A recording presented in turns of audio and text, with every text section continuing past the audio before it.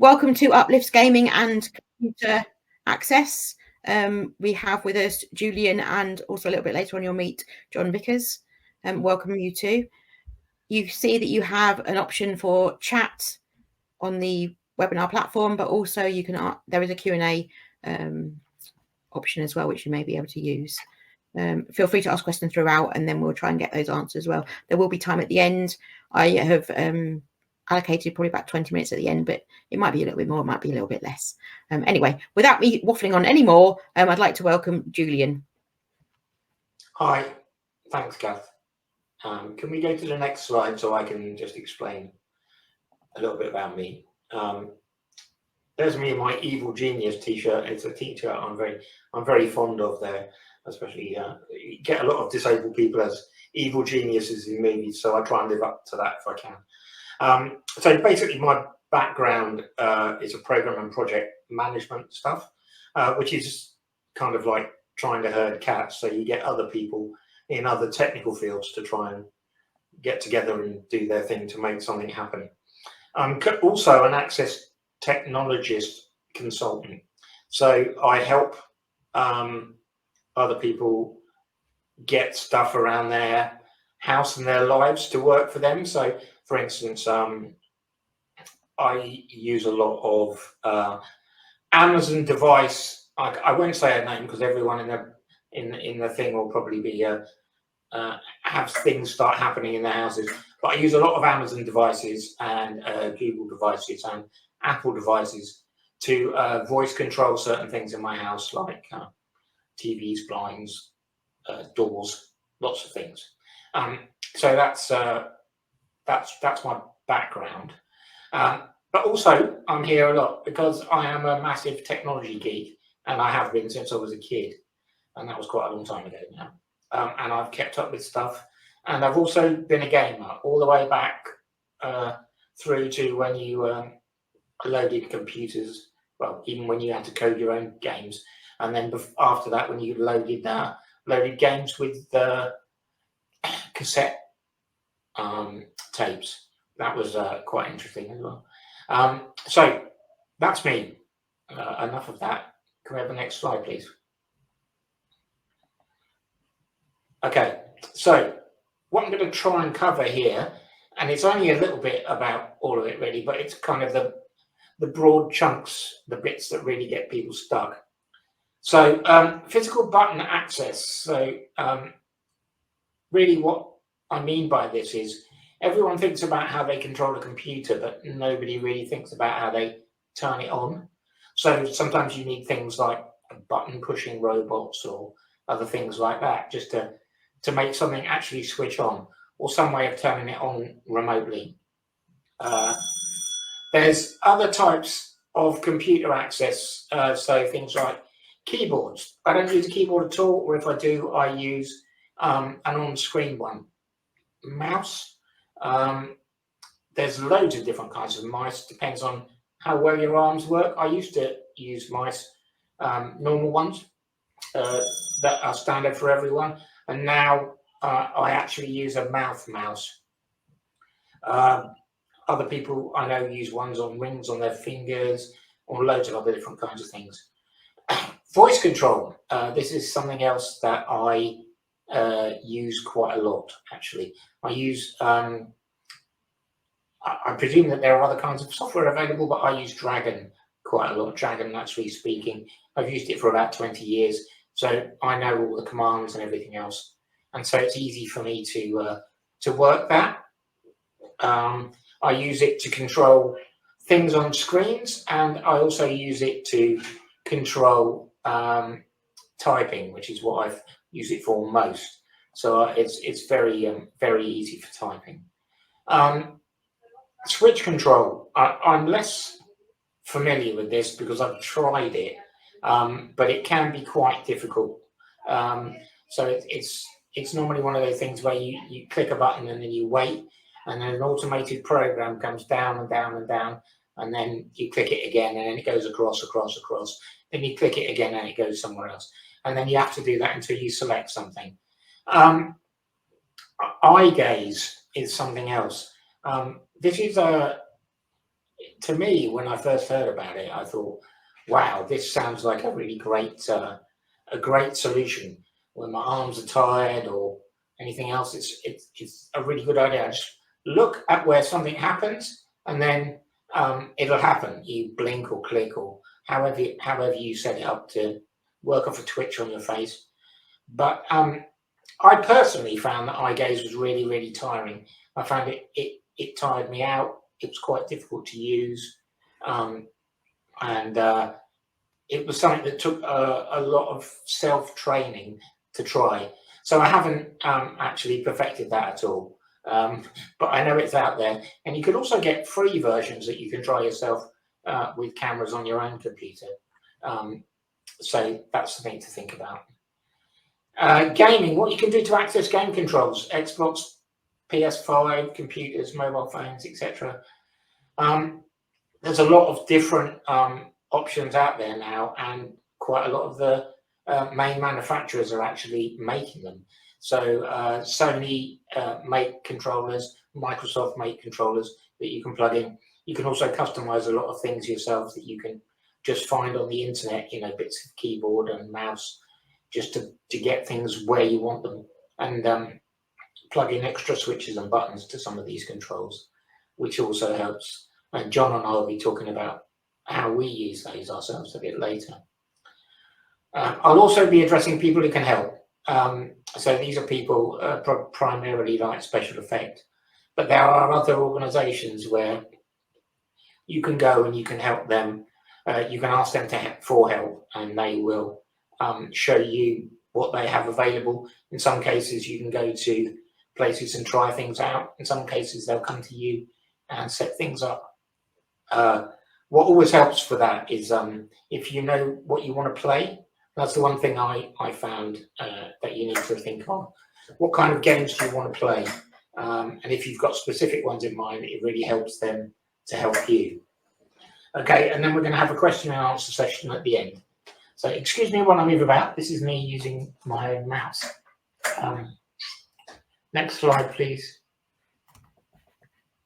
You might wonder why I said next slide, please, and then did stuff myself. Well, it's because actually I'm looking at my own notes, which don't go with the slides.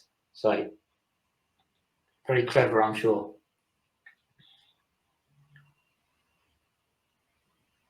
So we talked about lots of keyboards and different things out there. A lot of people use sort of cheap ones that you can buy in any online retailer, really. Some of the ergonomically shaped ones make it really easy to use, depending on how your arms and your hands work. Sometimes you can use the partial keyboards and you can move them around and set them where you want. This is also quite useful. I used to, when I used the keyboard at all, I used to use a miniature keyboard, so my hands were always very still. My arms were still, and I could just move my hands and my fingers around. I even had one with a little trackball in the end, but in the end I found that a little limiting because the trackball didn't work very well. Most of these kind of things for keyboards aren't all that much money, so it's worth thinking about what you want it for, where you might put it, and then sort of looking at the sizes of things.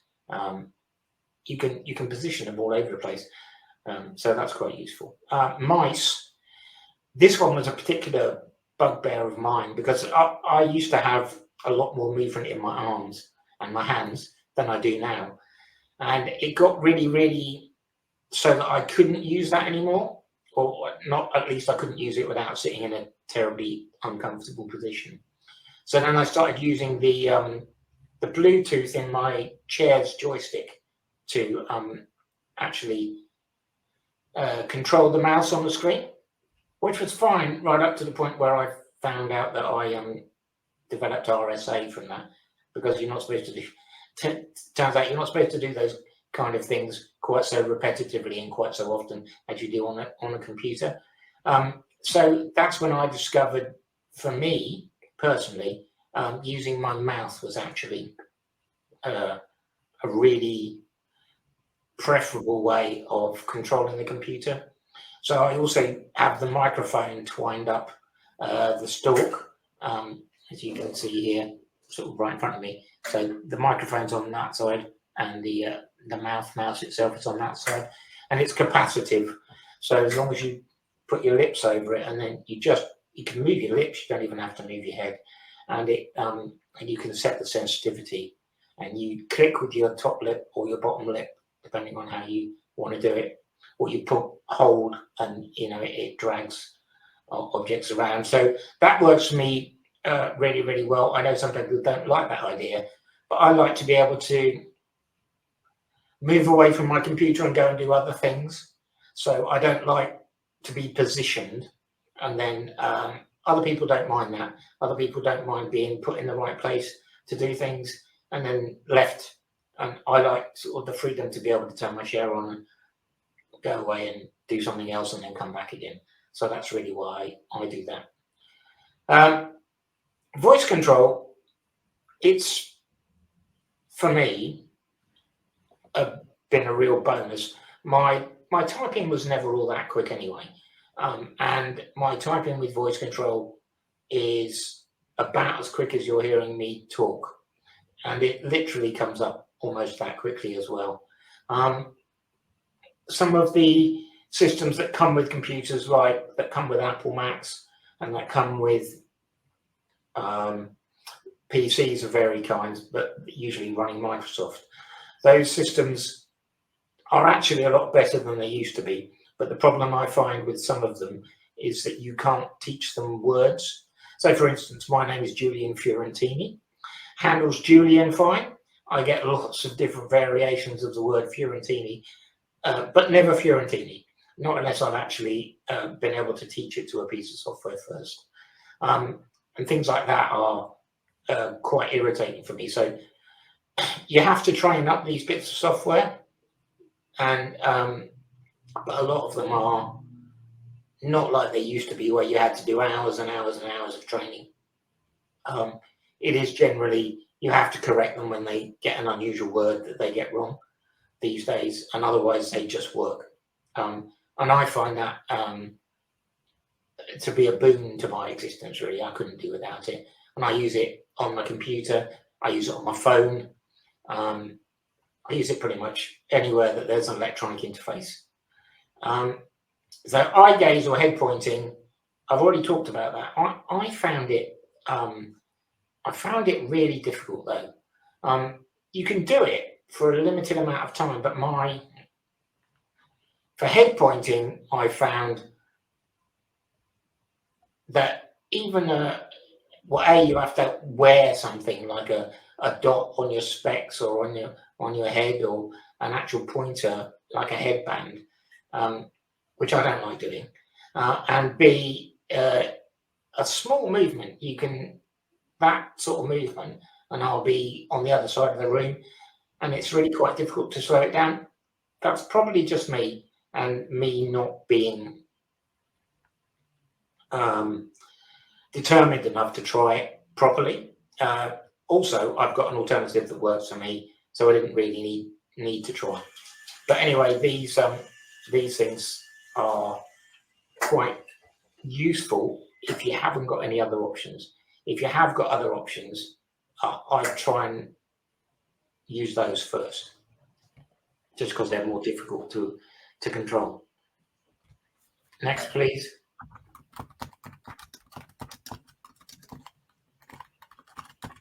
Thank you. Right, so in gaming, there's a lot of different ways of doing it. If you game with a PC, you can control a lot more things, because you can use voice controls and you can map any key. So when I used to game first-person shooters, you needed a couple of buttons for different guns and bombs and things, and a couple of buttons for something else, and that was about it. And then you had directional joysticks. Nowadays, you can have, I don't know, an almost unlimited amount of buttons to do different actions in a game. Those are really difficult to map to physical buttons or physical movements if you don't have very many options open to you for actual physical movement. So I think computers are kind of easiest there just because of the different softwares you can run that will emulate or map different button pushes in different bits of software. Saying that, if you've got movement in sort of both sides and you can move around a little bit, you can play things, or even if you can't move around very much, I actually still play Microsoft Xbox with 2-button gaming, and that's something that's entirely doable. You can't play every game like that, but you can play some. Sony PS5, I have PS4, and I had specialized controllers for that that were actually made for me. I couldn't get my hands together close enough to actually work a normal controller, so I actually had 2 controllers wired together, so my hands could be far apart, and I could use a joystick on my left hand and a joystick on my right hand, and the buttons on my left and the buttons on the right. I find that quite difficult to do now, and I have to be set up with that, but it's entirely possible. There's also, as you can see, lots of different access controllers for those systems now. So at the top, that's the Microsoft access controller with lots of different buttons and joysticks pressed in and stuck on different Velcro pads or with head switches, etc. At the bottom is something that looks a lot funkier. I haven't actually used it myself. It's the new Sony PS5 access controller. I don't know if it's just for PS5, but it's the Sony access controller, and that's pretty good as well.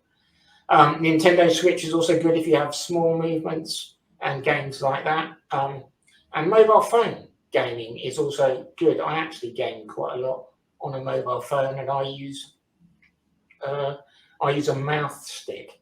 So I have a capacitive tip, and I hold it in my mouth, and I do a lot of the kind of idle gaming style games and a lot of things like that. And I spend quite a lot of time when I game using that. It's something often overlooked, but actually it's quite accessible for quite a lot of disabled people that way.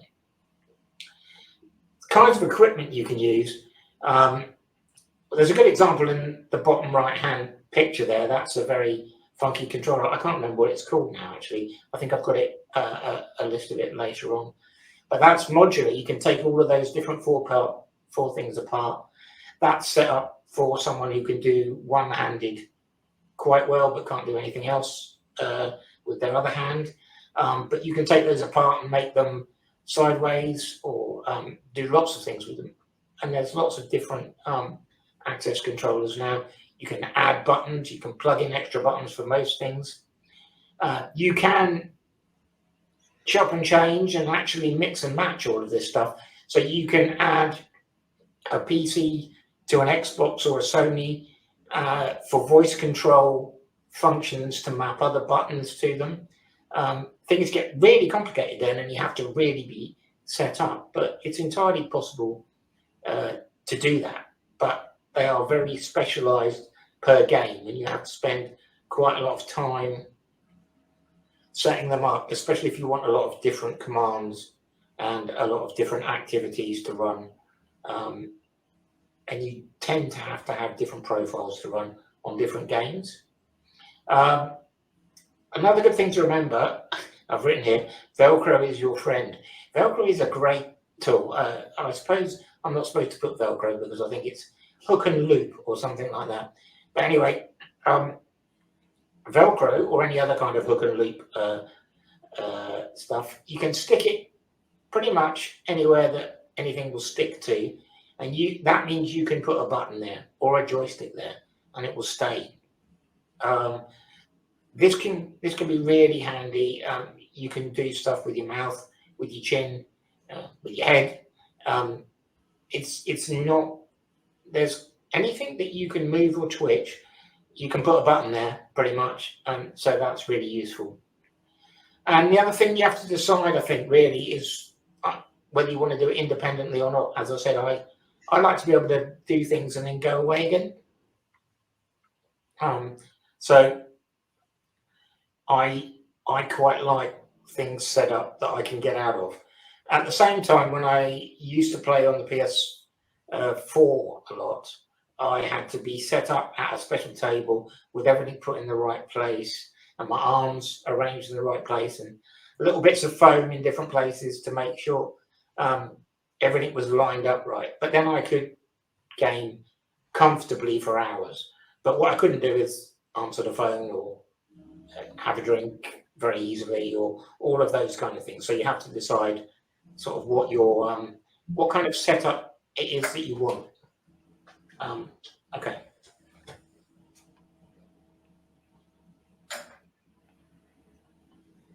Did I do that? Hopefully I did that for everyone.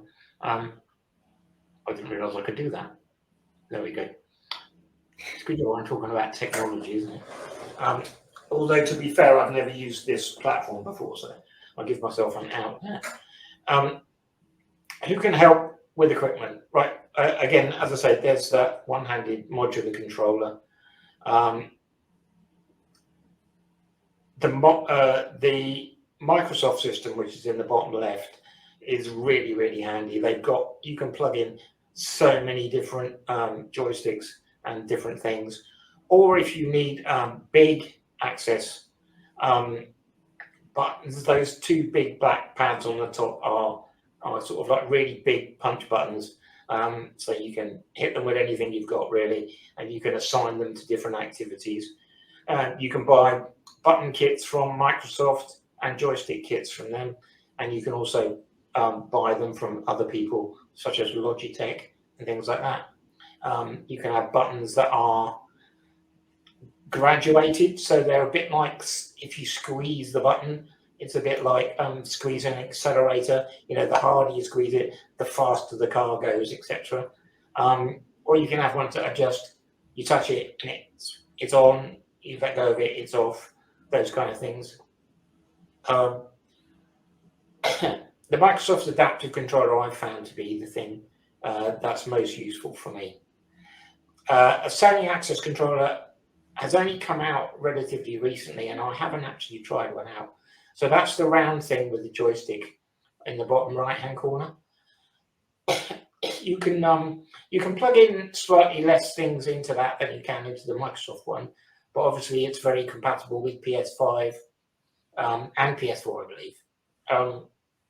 And if that's the way that you need things set up, it actually looks like a really nice design and quite easy to use depending on where you can get your hands or face or whatever it is that you want to use to control that, or feet, I suppose you could do. Although I guess us people with neuromuscular conditions, that's probably less likely. The Logitech adaptive gaming kit is really just a set of buttons and squeezy levers, things like that you can use to plug into extra access technology. So they're quite useful. I think you'll see some of those being used a bit later on in the video that's coming next after this, actually, by Special Effects. And that shows you a few different people with neuromuscular conditions using adaptive technology. So you could get advice and equipment loans. So Special Effect and, as Kath has pointed out, organisations such as Pathfinders, and there are other organisations, the Aidis Trust Gaming Centre in Manchester is a good place for resources, etc. So you can go there and get advice. You can have people come to you and give you advice and let you try out things. They loan you equipment. First of all, they even loan you Xboxes or PS5s, although they're on a limited loan frame. I think you can have those for about 3 months, and then you need to buy your own.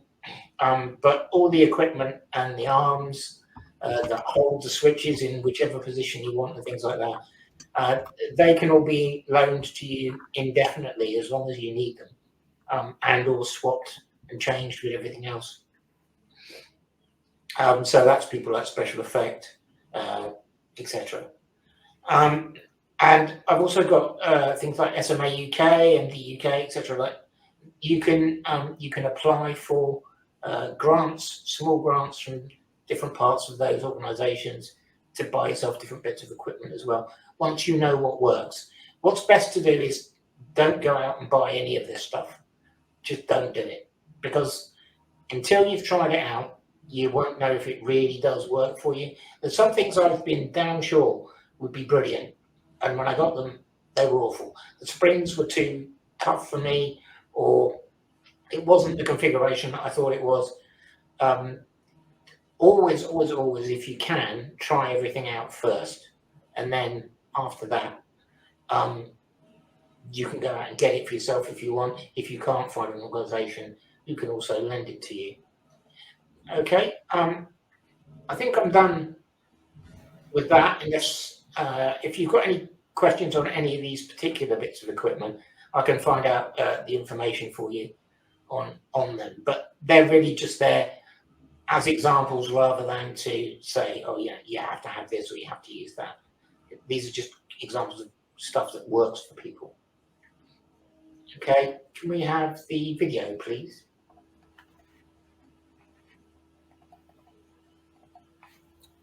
Hello everyone, my name is Jacob Holden and I am one of the occupational therapists working at the charity Special Effect, which specialises in video game access for individuals with a physical disability.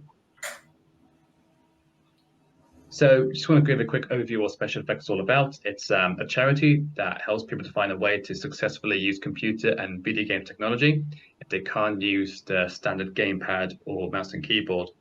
We're based in Oxfordshire, but we also work across the entirety of the UK. We have inquiries from all around the world, and we could help them remotely and support them and give them information wherever we can. So our process is people contact us asking us for help, and then we try and give as much information as possible on the person. So we want to get what games and platforms the person are playing on, what the positioning that they're playing in, whether it's in bed or on a chair, a wheelchair, or on a sofa, and what they can already do in the controller or mouse and keyboard, what's going well for them, and maybe what's really tricky for them. So based on that information, we can then arrange an initial video call and we can take a look at their movements. So wherever the person may have a physical movement, then we can try and find a way to position some kind of equipment by them. So we place buttons and switches and joysticks by people's chins, their feet, their fingers, so we can position them wherever the person has movement. So after an initial video call, we can post out equipment, and if we need to, they can actually come down to our games room and they can be seen by us, and we can have a physical assessment with the person, or we can go and visit them in their home. And we do cover the whole of the UK, so we can visit you in your home if you're placed in the UK. So we can loan equipment for as long as the person is using it, and Special Effect offers lifelong support. We understand that people may have progressive conditions, they may have setups that need adjusting and tweaking from time to time. They may start off with something relatively simple, so they might have perhaps a couple of buttons and one joystick, and then they may work their way up towards a more complex setup instead, once they kind of get more accustomed to their current setup. If someone can access the entirety of a controller, like a PS4 controller, PS5 controller, Xbox controller, then we can what's called make them low force. So that basically means that the joysticks are physically lighter to move, and also all of the buttons are physically lighter to press. So if you have limited strength and you can access an entire controller, then this could be a great option for you. We also remove all the rumble packs, which basically makes the controller vibrate, so the controller is also physically lighter to hold as well. If you can kind of reach, some of the controller, so maybe a couple of joysticks or some of the buttons, then we can add switches and joysticks alongside that, because we can get more than one controller working alongside another controller to basically work as player one. So to get switches working, we use what's called a switch interface. So we use Xbox adaptive controllers, we use the PS Access controller and the Hobby Flex. These are all used to plug in external switches and joysticks, and from that we can position these switches and joysticks wherever the person may have movement. So there's one for the Xbox Series and Xbox One, which is the adaptive controller. We've been using this on other consoles as well, such as a PS4 and a Nintendo Switch. Since then, we've had the PS5 version of the controller come out. So this is the PS Access controller. So what this is an official controller made by Sony. You can plug up to 2 of these controllers, and each controller has up to 4 ports so you can plug switches into. So you can have up to 8 switches, and it also comes with a built-in joystick. So if the person's able to access also the built-in buttons on the controller, there's about 10, including a stick click, and then extra 4 switches, so 14 buttons you can attach to a single controller at a time. And we also have the 19 switch dual phase interface, which is the one in the bottom middle there. So that's just a standard DualSense controller, but we've got a technician who's basically created this switch hub, which can act as any button, including a button to access what we call walk forward. So a bit like holding a W key on a keyboard to walk forward, because the access control doesn't currently have it at the minute. You can plug in a switch into the 19 switch version, where you can hold down a button and you can walk forward. And that's a good way of kind of getting around having to use 2 joysticks, because you only need to technically use 1. But this will be dependent on certain games. And there's also a Nintendo Switch version, which is a Hori Flex. So again, it's just quite similar to the adaptive controller. It's got all the buttons needed for the Switch and 2 ports for the Xbox, but for joysticks as well. And also a range of different PC Switch interfaces as well. And we can get like the adaptive controller for the Xbox does work on PC natively as well, but we can also get that working on PC games that do just require mouse and keyboard and are not controller compatible. So there is software available that can get these controls working without the need of a mouse and keyboard. So switches, we've got a large range here. So what we've got for those who have very limited strength, and the bottom left there, you've got what we call an ultralight switch. So normally buttons require about 60 grams of force, I think, to activate. This one only requires 20 grams of force, and they're a lot thinner. So we can actually place these switches on the controller or around the controller, or even just on its own little thing. So you can kind of have a range of switches and joysticks. So you don't need to use an actual gamepad if you're unable to access it. We can create a setup that's completely full of different kinds of joysticks and different kinds of switches. You've also got the spec switch, which is the red one there. So that's just slightly smaller switch compared to the buddy button, which is the top right one there, which is about palm size. So, but they are all quite standard force to press, so about 60 grams of force to activate. And there's also just the adaptive gaming kit from Logitech, which there is a Xbox version and a PlayStation version, but these switches should work across both controllers. So this comes with a range of switches. So basically what you see here, Logitech have kind of created their own version of these kind of switches, and there's about 12 in the kit. Their kind of smaller round switch is actually the lightest switch in their kit, funnily enough. So even though they have like the thinner version of the ultralight, we actually found that the smaller circular switches you find in the kit are actually lighter to press compared to what they call the light touch switches. And it also comes with 2 Velcro trays as well. So you can just position them, say, on a table, and then you can customize the switches wherever you need to have them. There are a range of joysticks available as well. So different kinds of larger styles, and they come with different toppers. You see in the top left and top middle there, you've got an Ultra Stick and Zigzag. So these are quite large joysticks that do require a bit of force to move. So if somebody did have quite large movements, then that could be something that could be suitable for them.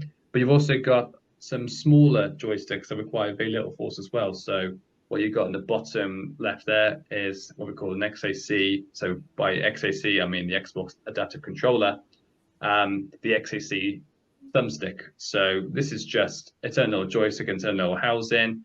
And these can be made either standard force, or they can be made even more sensitive. So they can also be made low force. Same for the joysticks in the bottom middle there. So that's a Celtic Magic joystick. So you've got the J2 and the J3 version there. So these can also be made standard force or low force. So these are really good for positioning in quite little small spaces, and just allows you to kind of accommodate more switches without taking up so much space on, say, a Velcro tray. And also really good for positioning by people's feet, by their chins even. So if somebody has got good head movement, then you could possibly position a joystick by your chin And then you can, if you've got movement in your hands, that kind of frees up your hands to then use perhaps another joystick or perhaps to use alongside switches. Finally, you've also got the feather joystick in the top right. So that is the lowest force joystick that is available in the market. It's ever so light, hence the term feather. So if you have such a really small amount of movement, then that could be an option for you. That comes with these kind of different cork toppers. It also involves less like traveling to move the joystick too. So when you're moving a standard joystick, you have to kind of move it, all the way to one direction. This joystick has very little amount of traveling, so you can kind of get 100% of the input. So you can actually walk, or run fully by just moving the joystick ever so slightly, compared to a regular joystick where you have to kind of move it all the way to its what we call outer threshold.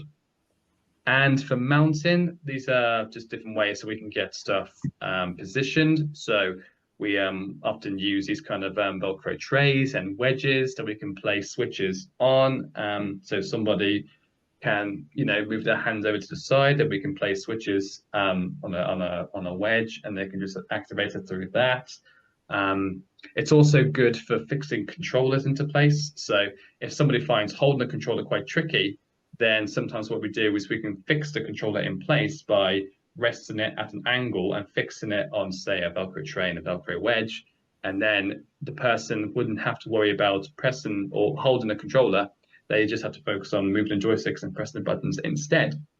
And in the bottom left there, you've got somebody using what we call a travel sack. So it's a Velcro lap tray that allows us to just put something on their lap, and then you can just place switches and joysticks wherever the person may have movement. So it's a nice, great kind of compact option for people. And you've also got these variable friction arms from Manfrotto. So these are really good for positioning by people's chins, or if we find that we need to be positioning in a real specific position, then these arms are so flexible that you can kind of get them into whichever position you need them to be, so that the person can activate their switches. And as long as you've got like a table that you can clamp it to, or if there's anywhere on, say, a powered wheelchair, then we can find a way to clamp the arm onto. Then that'll be what we try and look for first when we come to positioning these kind of Velcro, these kind of mounted arms. This is Christopher. We've been supporting him since 2020, and he has Duchenne's muscular dystrophy. He enjoys playing on PC and has very recently got a PS5 as well as a Nintendo Switch, and he's been playing mainly Minecraft. When we first got in touch, we found that the shape of the controller that worked best for him was the PS3 controller. So if there are particular controllers that people find easier than others, so we can get those working on other consoles through adapters as well. So because Chris found that the PS3 controller was the better shape for him, we decided to send out a low force controller. So we made the controller as light as possible for him to actually move the joysticks and press the buttons. And you can see he's got some, in the top photo there, he's got some Dyson there. So that's just some non-slip material, so the controller stays in place. And then as Christopher's condition has progressed, I should also mention that he has got some switches by his headrest as well to act as some of the buttons that he's been struggling to access on the PS3 controller. And that's been going through the adaptive controller for the Xbox, as you can see on his table. Since then, he has progressed in his condition, and he's had to have his setup adjusted. So what we ended up doing is that we sent out a feather joystick, which also went into the adaptive controller for the Xbox. We mounted this on a mounting arm, and then we sent out a few of these ultralight switches, some of the really light touch switches, and he and his dad were able to figure out a setup together to kind of give Christopher ways that they can basically play Minecraft still, but on the PS5 and Nintendo Switch, as well as his PC. And the way that he's only got like a certain amount of buttons there, only one joystick, whereas Minecraft, you need to use both the joysticks ideally and pretty much all the controller. So what we suggested to Christopher was that on the adaptive controller, there's a function called shift. And that basically means that when you assign button on the adaptive controller to act as your shift button. When you hold that button down, then you can basically make other buttons act as something else completely different. But what we find easier for Christopher was that he uses what we call latch box. So the latch box essentially makes the shift option be a toggle instead of a hold. So by default, you have to hold down a button to shift the buttons in the adaptive controller. However, with this latch box from a company called OneSwitch, you can then turn it into a toggle so that all Christopher would have to do is press it instead, and it'll lock onto the shift function, and then just means that Christopher doesn't have to hold the button to be able to press everything else. So then you can press it again, and it'll come out of the shift, and then all the buttons will resume to their default function. And just want to thank you all for listening, and also want some more resources. So yeah, Game Access is just about different games on there that we've looked at that we think have got really good accessibility settings, as well as showing some of the equipment that we typically use, as I've kind of gone through today as well. iMine, if you've got an eye tracker device on your PC, then we've got some software that's free to download from our website that you can basically play Minecraft using just your eyes, as long as you have the eye tracker and the game. And we also have a suite of iGaze accessible games. So if you go to iGazegames.com, that's there's a range of games on there like chess, checkers, solitaire, also some original games on there like so we have a game called Mole Miners, which is a bit like Peggle if you like. We have some crazy golf games called Gazy Golf, and we've got some other driving games. So there's a large range of games on there to have a little look at. It's all free as well, and you can play it with one or two accessibility switches, or you can use mouse and keyboard, or you can use iGaze tracker. We try to cover as many common ways that people access games on the website. So yeah, just take a little look, see if anything then takes your fancy. And yeah, thank you all for listening. I hope you found this useful, but please get in touch through our website on our contact us form if you feel like Special Effect can help you out. Thank you.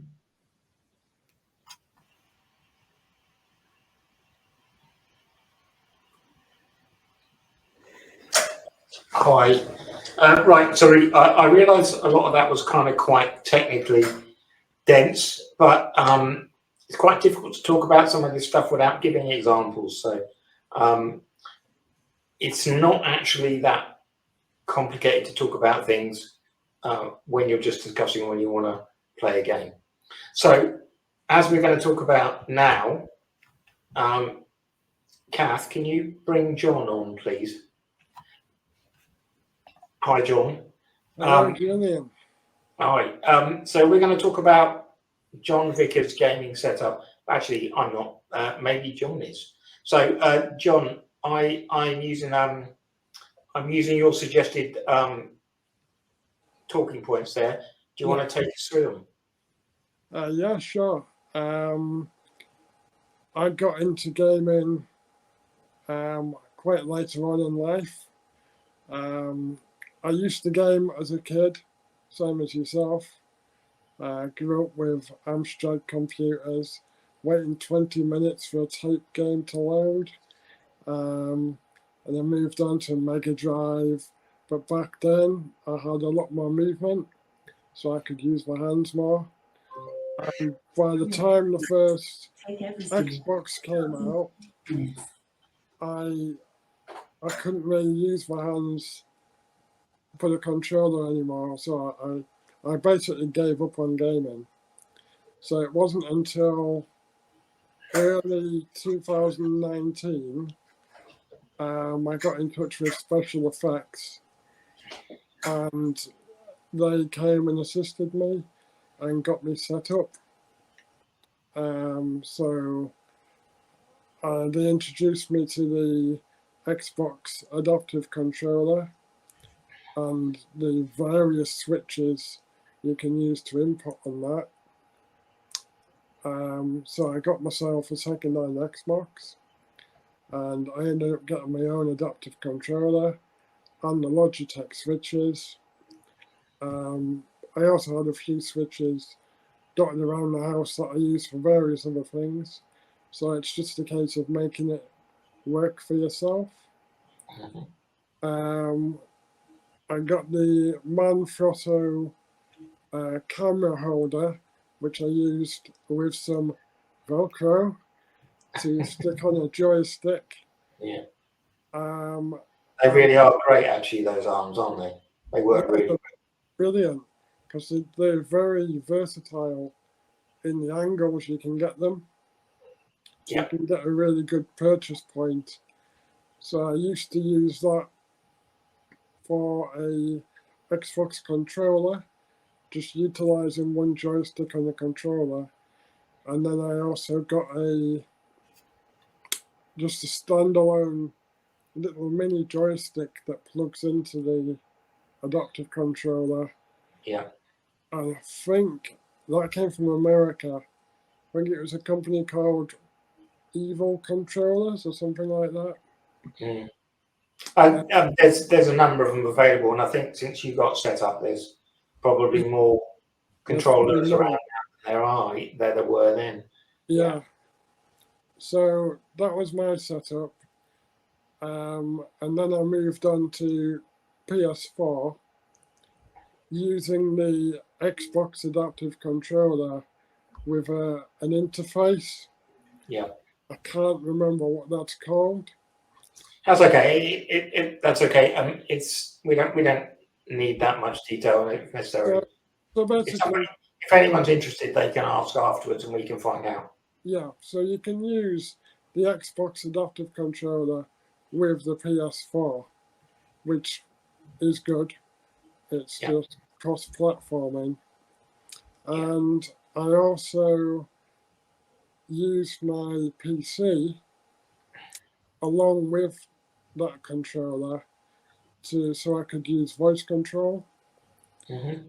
And with games such as Halo, you could give a voice command to switch a gun or shoot or something like that. But again, like you pointed out earlier, it's the setup, and you can't really move away from it. No, and it takes a long time to get it right, and it's very game specific. Yes. One thing that I was interested in, though, John, is you say you play games on your iPhone using your voice and voice control. That's not something I've ever done. Could you give us a brief overview? It's just basic games that just need like one touch, so nothing too technical, nothing like a walking or driving game. Mm-hmm. For example, Monopoly Go. It's just a board dice game. Yeah. So you've only got one button to push to roll the dice. Yeah. So you can ask the phone to show the grid and then pick the number across the button. Whereas I set up my own commands. So I give it a name. So it pushes the button when I give the command. Yeah. Other simple games, such as card games, cribbage, I play that using my voice on the phone. I'm currently using Duolingo to learn the language, but that is quite gamey in itself, and I can do all that with my voice. Oh, that's good. That's good. Yeah. Okay. Thank you for that, John. I mean, I think even just looking at the pictures of you gaming, and you can see your setup and everything, you can see how you've adapted it to just the way you sit or the way and the things that you need to use it for. So thanks for that. No problem. Right. We're going to go on to the next slide now. And obviously, if anybody's got any questions for John, we can either ask them in a little while, or you can email in or message us, and we can get the questions answered afterwards, hopefully. So this is some of my setups, right? So I say some of my setups because, like I said, I am a bit of a technology nerd, so I have a few. The top one is me at my computer. So I've got a very widescreen computer, and no keyboard, as you can see, no visible mouse except for my mouse and the microphone going up to it. And I use all either mouse or voice commands basically to run that whole thing. And I spend quite a lot of my time and quite a lot of my life on there. If I work, I use that, and it works that way as well. And it also has worked that way in lots of different office environments. So it's not something you have to think, oh, I can only do that at home. You can also do all of this stuff at work. And in the bottom right, that's my current gaming setup, which is a bit like John's actually, in as much as I use a tiny joystick. I've got no idea who made it, but I got it from Special Effect. And those Manfrotto arms I bought myself before they used to lend them out, and they're actually really expensive. So that's one of the reasons why I was saying go and find people who will lend you this equipment, because if you don't know you're going to be able to do stuff, it's best to find out some other using somebody else's money, I think. Anyway, I've got a couple of those arms, and I use those. So there's one up near my mouth, as you can see, which is a small joystick, and I use that for driving and FIFA, actually. So Forza and FIFA is what I play. I'm also sorry, I didn't mention what John's favourite games were, which is games called Limbo and Inside. I haven't actually started them yet, but I think I'm gonna start trying to do those as well. And on my left hand, which is actually the right side of the screen as I'm looking at it, there's two buttons on a very precisely placed pad. So when I actually drive up to that table, those buttons are right under my fingertips, and then I can drive away again, and I don't have to have anyone help me if I don't want to, and I can get set up. The only thing that I can't do is physically push the Xbox buttons. If I'm gone for more than 15 minutes, everything turns off, which is very frustrating, but I have a way around that, which I can tell you with their little physical button pushing robot, so that works quite well. There's a lot of other stuff up there. If you've got any questions, I've realised because we're running out of time a little bit. So if we just go straight to the any questions section. Here we go. We both push the button at the same time. That's no good. So has anybody got any questions? We've got a question in the Q&A from Corey. Yes, you can use one button for more than one command, as was explained a little technically in the special effects things. You can get certain boxes, so you can. It's basically like using a shift on a keyboard. So when you use shift on a keyboard, you know you can get the @ symbol instead of whatever else is on there. Sorry, I was looking around for a keyboard then to try and explain what I was going to do, and of course I don't have one, so that's a bit daft. But anyway, it's like a shift key, and so you can get one of those that does that. So technically, with my 2-button setup, I could probably have 4 buttons if I could find another way of pushing the shift key or latching the shift key. So latching is when you push it and it stays what it is, like caps lock, until you push it again. So yes, you can do that.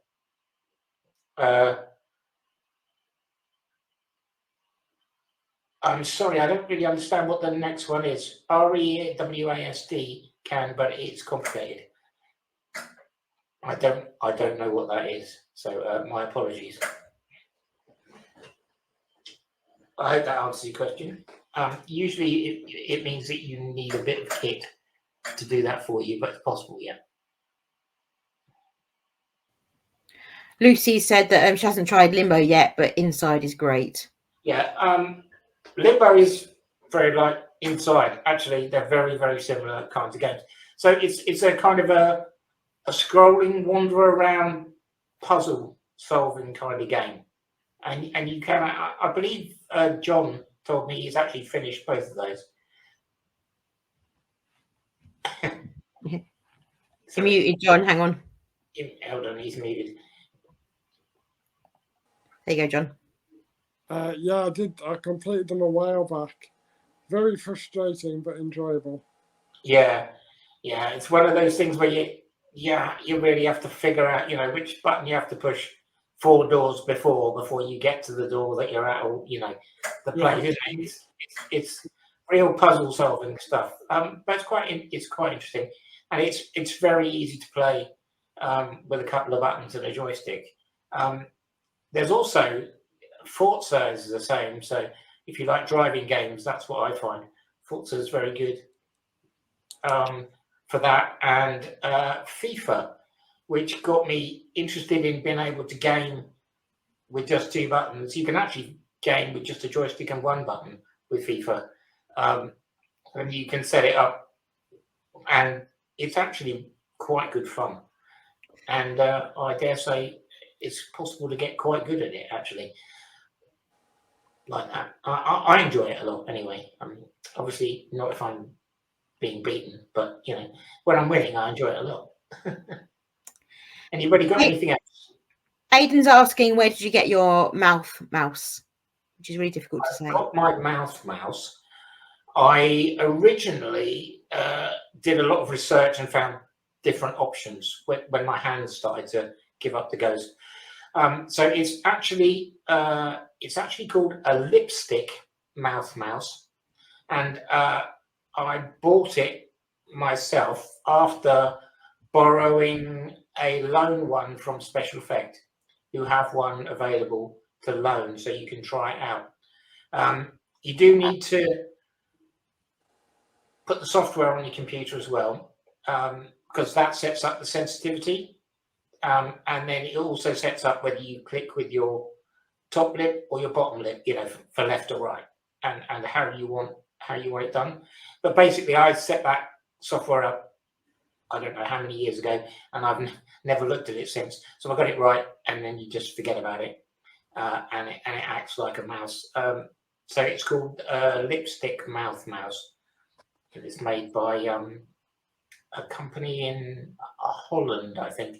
I think it came out of a computer lab attached to a university or something. It's very low force. Well, nearly no force. Yeah. Lucy's saying that she uses Steam for the key binding software, but is there a specific software to key bind non-Steam games? Do you know? I'm sorry, I'm not sure. Let me read that question. I didn't quite understand it. Lucy uses Steam for their key binding software, but is there software to key bind non-Steam games?